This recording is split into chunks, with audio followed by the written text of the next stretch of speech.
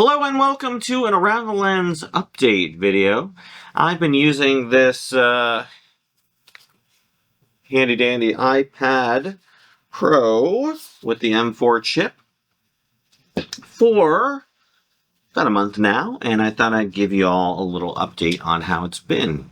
So I initially got the iPad because I'm like, okay, I want a really good device that can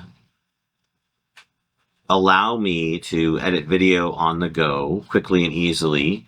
And I had heard great things about the other iPads and their ability to edit video. So I thought, okay, I mean, this is going to be it, right?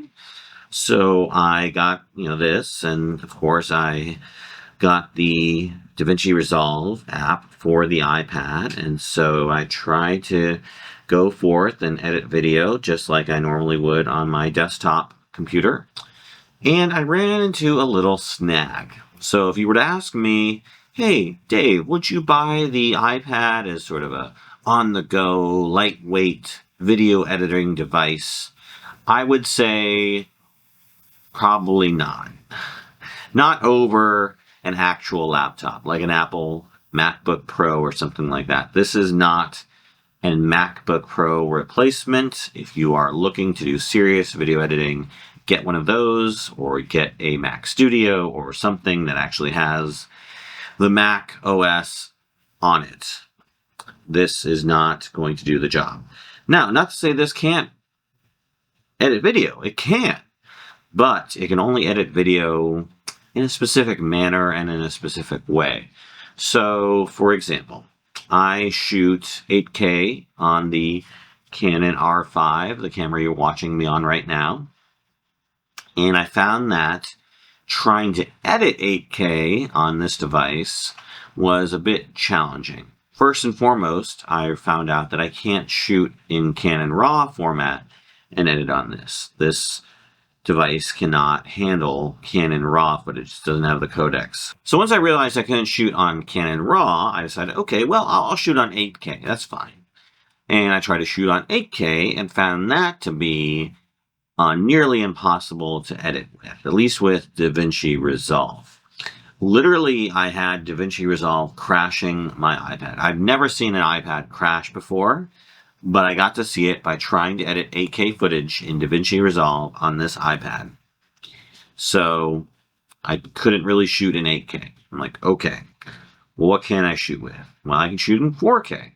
Now, thankfully, the Canon R5 has a oversampled 4K that produces really good quality results. And I'll link to the video that I shot and edited on the iPad in 4K. And what was good about it is I could shoot in 4K log. And log was important because I had the color editor panel, the micro panel from Resolve, and I really wanted to utilize that and get good with it and learn how to do color editing with it. So I could edit my footage, I could color it, but I had to shoot in 4K cinema style, and I would have liked to have been able to shoot 8K like I normally do. I would like to have been able to shoot 8K RAW like I normally do and edit on this device, but I couldn't do that. So that was kind of the first hiccup I had to overcome in order to utilize my iPad M4, iPad Pro, on my ability to edit video. So once I got over that, it was a pretty smooth experience overall. The other major hiccup that I kind of ran into was really just trying to get footage onto the device and really store it and edit around with it. So it's one thing to edit the video. That's pretty straightforward. And I got the 2 terabyte model because I wanted to be able to just throw the footage onto the device, not have to deal with a hard drive dangling out of the USB-C port and whatnot. And getting the video onto the iPad wasn't a big deal. Pretty easy. I've got a memory card reader plugged straight in, and it transfers very quickly, which is nice. It's really all the other little things that you might want to utilize to get onto your timeline to help embellish what you're trying to create. So let's say you're trying to get a screenshot, or you're trying to get an image or get sound. It's all doable, right? I was able to do it, get all the things I needed. It's just a few more steps to go through, a little bit more difficult and slower paced than if I were to do it on a computer where everything's a bit more flexible and easy to overall manipulate. So that's another thing to consider, right? You're going to have to be working against the OS to get what you're trying to get done. So now that I've kind of talked a little about what I didn't like about the iPad, let's talk a little about what I did like about the iPad. I found the overall editing experience very smooth and easy, and I liked working with the pen input and the software to get my editing done. Now, I used DaVinci Resolve, and I paid for the studio version of it, and I had to add the additional tabs, or the additional pages, if you will, of the program to be able to finish what I needed to do.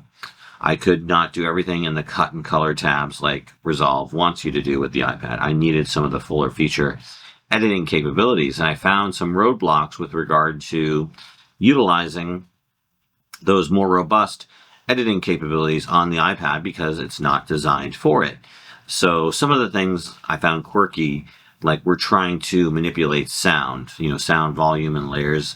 I could do it in the sound panel, but I couldn't do it in the editing panel. It was just too difficult. And I don't know when or if DaVinci will ever modify their program to work better in those tabs, but I made it work, but it was not as convenient as it would be on a laptop.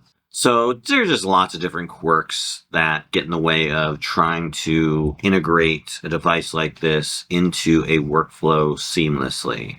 I would say this is a great device for utilizing the cut and color pages to pre-draft and edit while you're perhaps on the go, right? You want to have something where you're coming back from a shoot, maybe, you're in the car, you're on the train, somewhere where you don't have to actually drive or, whatnot. I could see this being something where you're taking it into the iPad, you're doing your initial edit and color correction, fast edit to the footage.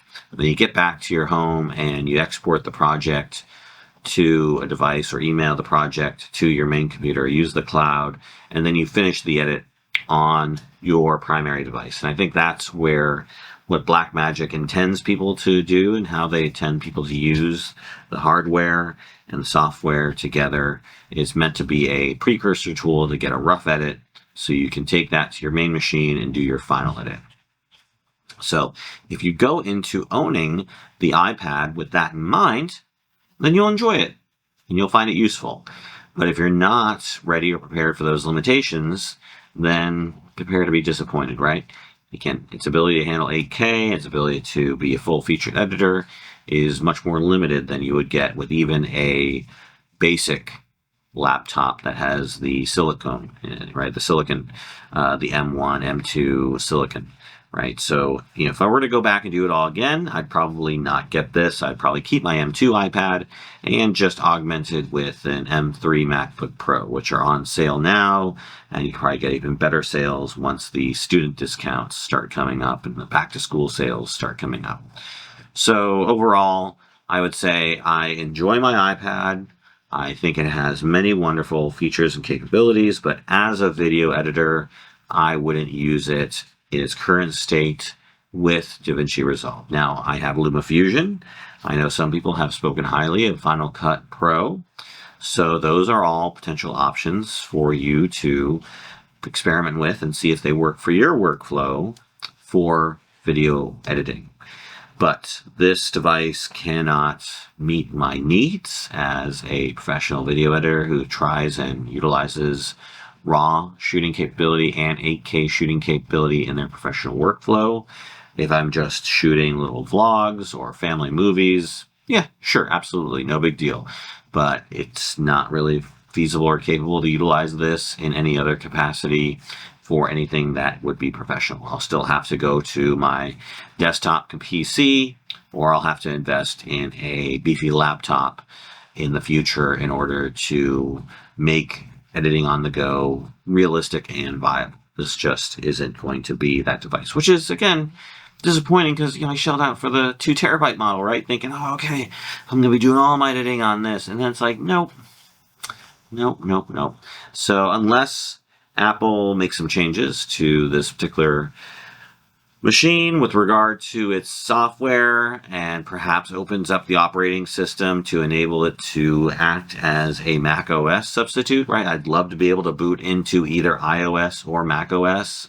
That would be wonderful. That would increase the versatility and capability of this device tenfold, I would imagine, just because you'd have everything you would need in one place without having to get multiple devices. It would be so convenient. I would be even okay if they integrated Mac OS here and said, okay, we'll give you Mac OS, but the pen input won't work, the touchscreen won't work. You have to use the Magic Keyboard and everything in order to use. I'm like, that's fine. I'll be perfectly fine with that. If it's just a screen that allows me to edit and access all my files and mess with all my file types, great.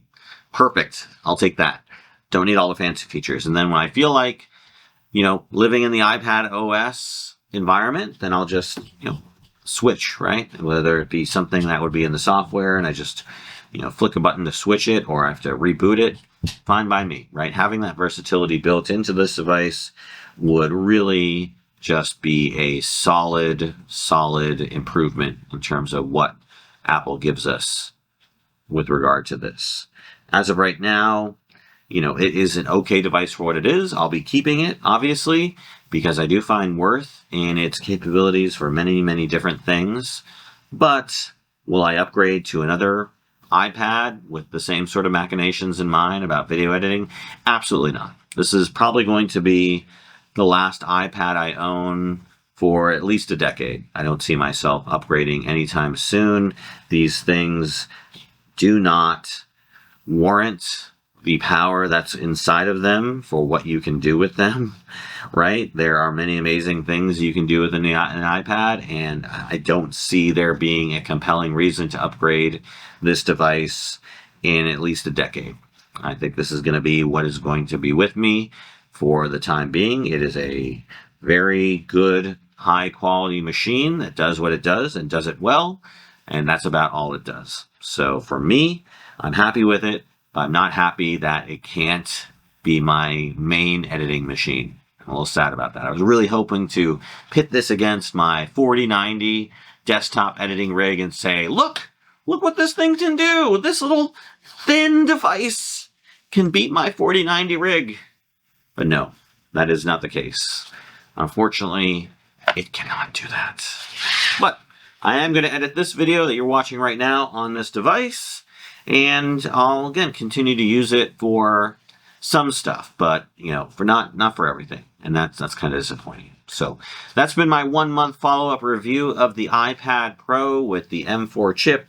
Again, this was the 13-inch model with the 2 terabyte hard drive.